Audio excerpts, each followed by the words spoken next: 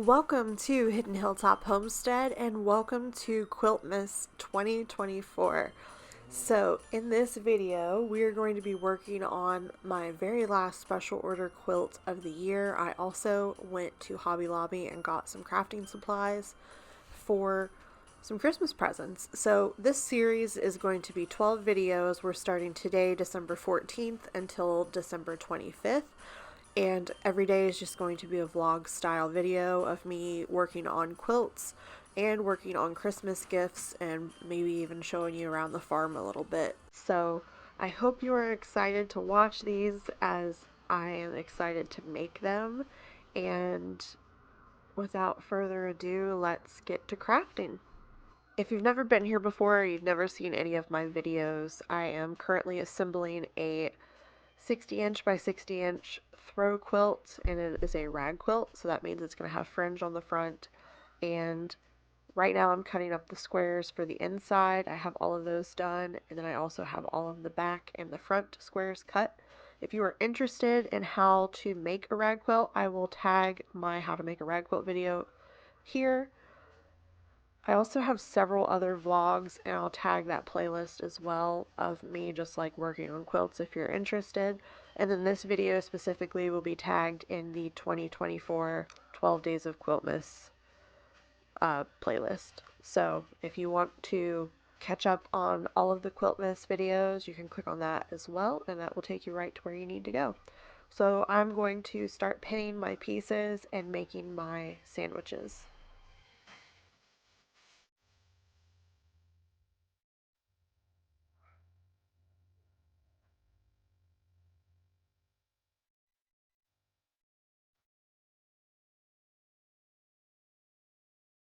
I've used this print in probably 3 quilts this year, maybe 4. I ended up getting 2 yards of it for like $2 a yard, I'm pretty sure. So I've been putting it wherever I can, but it's a really pretty floral.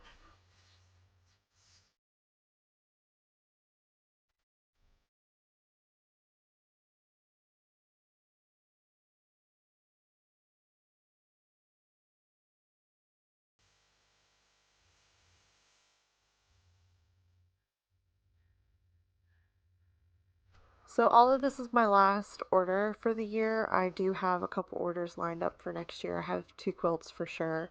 One of them is going to be a t-shirt rag quilt, and I've never done anything with larger squares, so that's going to be fun. And I'll definitely be showing my process with that.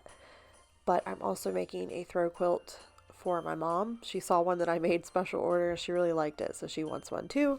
So that's going to wait though, so I don't have to hurry up and try to get it done for Christmas. But sometime in January, I'll probably get that one done. So, like I said before, if you're new around these parts, I am currently making quilt sandwiches. So it's the bottom is the back piece, the batting is in the middle, and then these butterfly pattern is the top. And these are individual squares that I'm going to quilt an X through, and then I will sew the squares together, putting fringe on the front of the blanket, and then you snip that fringe, and behold, you have a rag quilt. This is probably like the slowest part of this, I feel like, is getting everything pinned and organized, but once you start sewing, you just blow right through it. So now I have everything pinned, ready to roll. All of my squares are done, and I'm trying to decide what to use for the back because this blue, I don't really have an exact match, but I have a couple different options. So I'm going to get my 3 closest ones and see what we got. All right, so these are, they're not, I don't think they're all cotton. I think this one's a polyester blend or like a polyester coated cotton, which is a pretty close. This one looks on camera looks close, but it's actually like a good bit darker than the actual fabric, which you can tell there. You can see it a lot easier. Not a bad option, but if possible, I like to go lighter because I feel like that hides in the fabric, like it blends into the fabric better. This one actually works really well. But I don't know if I'll have enough of just this one or just that first one, so I might end up using both, even though they're a little bit different. Like you can tell that one's a little bit darker. But yeah, we're gonna start with that first one, and then I'll use that second one if I need any extra thread. So I'm going to go ahead and start quilting my X's on this. I'm actually making a trip to Hobby Lobby here shortly, and I'm going to be getting some crafting supplies and maybe some art stuff. I'm thinking about dabbling in watercolor painting just because I've been seeing a lot of it on my Pinterest, and I like to paint with acrylics. I've done a little bit of oil painting, but never tried watercolor, and it looks fairly easy, and it kind of looks up my alley, so I might even get some of that stuff. But I'm going to work on this, and then I'm going to go to Hobby Lobby, and I'll show you what I end up getting. Alright, I ended up getting a watercolor notebook and a little pamphlet on techniques, but this is the watercolor palette I already had, and I got this for embroidery, for like painting the background of embroidery pieces, and you can see that I've used a little bit of it. It's just a kid's watercolor kit, but it works just fine. I just used some printer paper last night, and I was attempting to do some stuff that I saw on Pinterest, and it actually turned out like not terrible. Obviously, printer paper is not what you want to use, but I was dabbling on color blending, and then I was trying to make a pine tree and a regular tree and a starfish. I was going to do a flower, and I just kind of gave up. So now I have actual watercolor paper that will be a lot easier, and then I picked up a new set of paintbrushes. These are specifically for watercolor, and I think you could use them with acrylic and ink. But it's got all the different things for all the different techniques. And I have a lot of paintbrushes, but I don't have a lot of the pointier ones that you need for watercolor. I also got some yarn. So this is Yarn Bean Scrubology Scrub It yarn. It is nylon, and it comes in a variety of colors. I got blue, thistle, purple, and pink. Bright pink, excuse me. And then I also got some, I love this cotton, and this is just like some ombre colors that I'm going to be using to make pot holders or washcloths. I'm not 100% sure yet, but I also got just some plain dark colors because I'm going to work up a couple granny squares, and I needed just some like dark toned basic stuff. So that should work, and then I'm going to make pot holders / washcloths with that stuff, and then dish scrubbies with this. So let's work on those. So this isn't a tutorial, but I really quick wanted to show you what I'm working on. So these are dish scrubbies, and I'm making what I think is called a thermal stitch.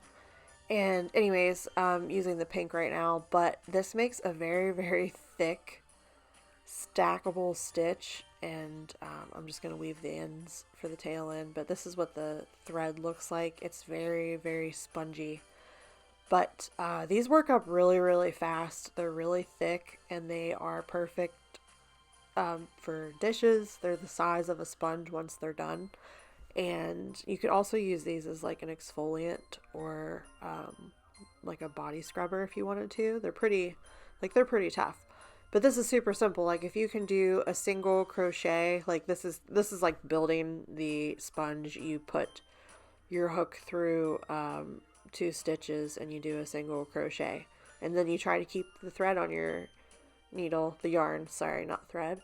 But anyways, yeah, you just do single crochets. Once you get going, it's like hard to explain because I'm not a teacher of crochet. And I'm not good at crochet. Like these are just really easy for me to make because I've been making them every year for Christmas for like 3 years now.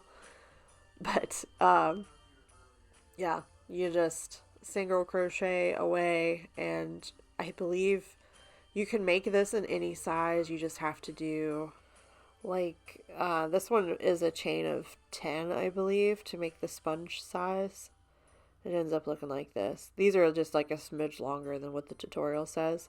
And like I have a big hand, and this sucker fits in here pretty good. Very sturdy. They're perfect. I pop them in the dishwasher to wash them myself. You can put them in the washing machine too. But it's really nice texture. It's real scrubby. And I have eggs because we have chickens in our backyard. So sometimes you have to wash the eggs to get the dirt and the poop off. And this works perfectly for that. And like I said, you could use it for an exfoliant too. Like it's fine. It's gentle enough on the skin, but tough enough on the dishes. Just to sound like an infomercial.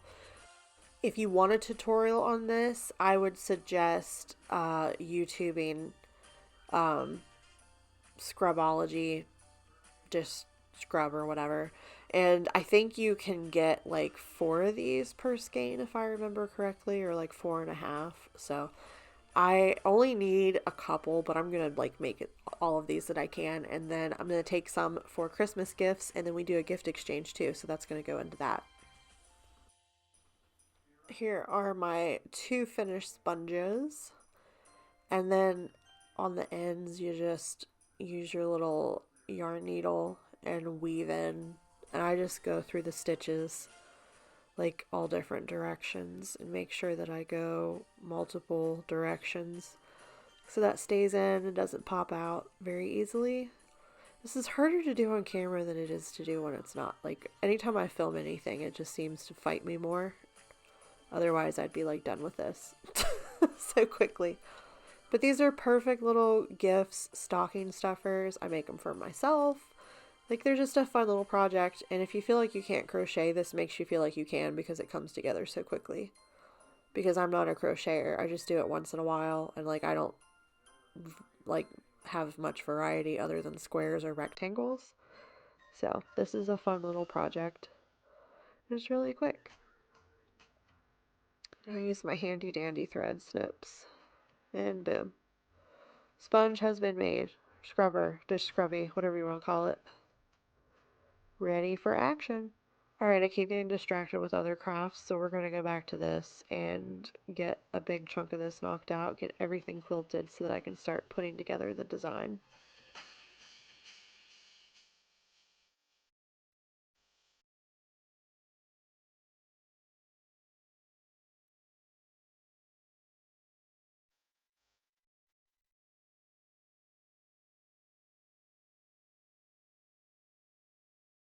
This is my very last square pile. The butterflies are the last ones.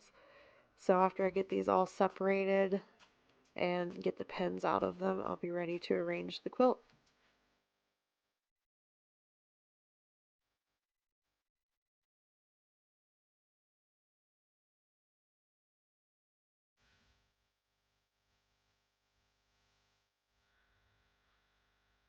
This thing is going to be gorgeous. I love these colors. I love the prints.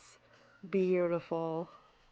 I'm speeding this up because it's kind of boring to watch in real time, but I am stacking my lines. So like I laid out the quilt and got everything lined up the way I want it. So I'm back stacking everything to where it's in order, where I'd pull the one off the top, and that's what I would sew onto the one underneath, and so on and so forth. So I'm separating my quilt into rows. I'm going to sew the rows together piece by piece, and then I'll start sewing the actual rows together, and I'll have 12 rows. Alright guys, so we are bringing Quiltmas Day 1 to a close. We made a lot of success here. I'm currently going to finish up sewing together some of these rows, and then tomorrow we will finish assembling the quilt.